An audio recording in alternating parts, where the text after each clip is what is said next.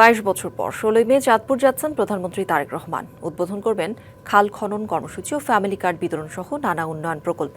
তবে শুধু খাল খনন নয়, পরিবেশ বিপর্যয় এড়াতে খালের অবৈধ দখল উচ্ছেদের দাবি স্থানীয়দের।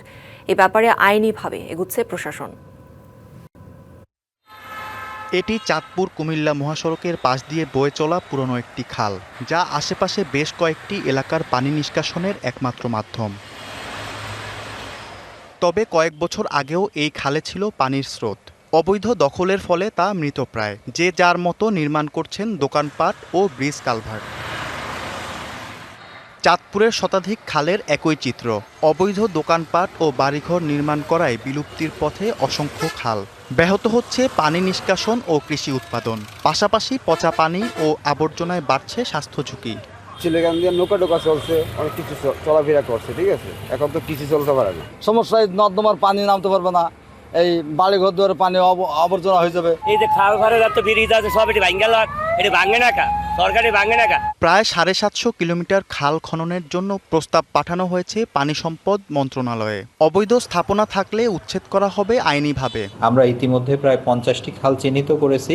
যদি কোথাও এরকম হয় যে খালের জায়গা দখল করে আপনার অবৈধ স্থাপনা গড়ে উঠেছে, তো সেক্ষেত্রে আমরা আইনি প্রক্রিয়ার মাধ্যমে সে সমস্ত খাল উচ্ছেদ করে আমরা খাল খনন সম্পন্ন করব আর কি। সংশ্লিষ্টরা বলছেন, পরিবেশের ভারসাম্য রক্ষায় খাল খনন ও পুনরুদ্ধার জরুরি। সঠিকভাবে সংরক্ষণ অথবা এগুলো যদি পুনর্খনন না করা হয়, তাহলে এগুলো হারিয়ে যাওয়ার সম্ভাবনা থাকবে।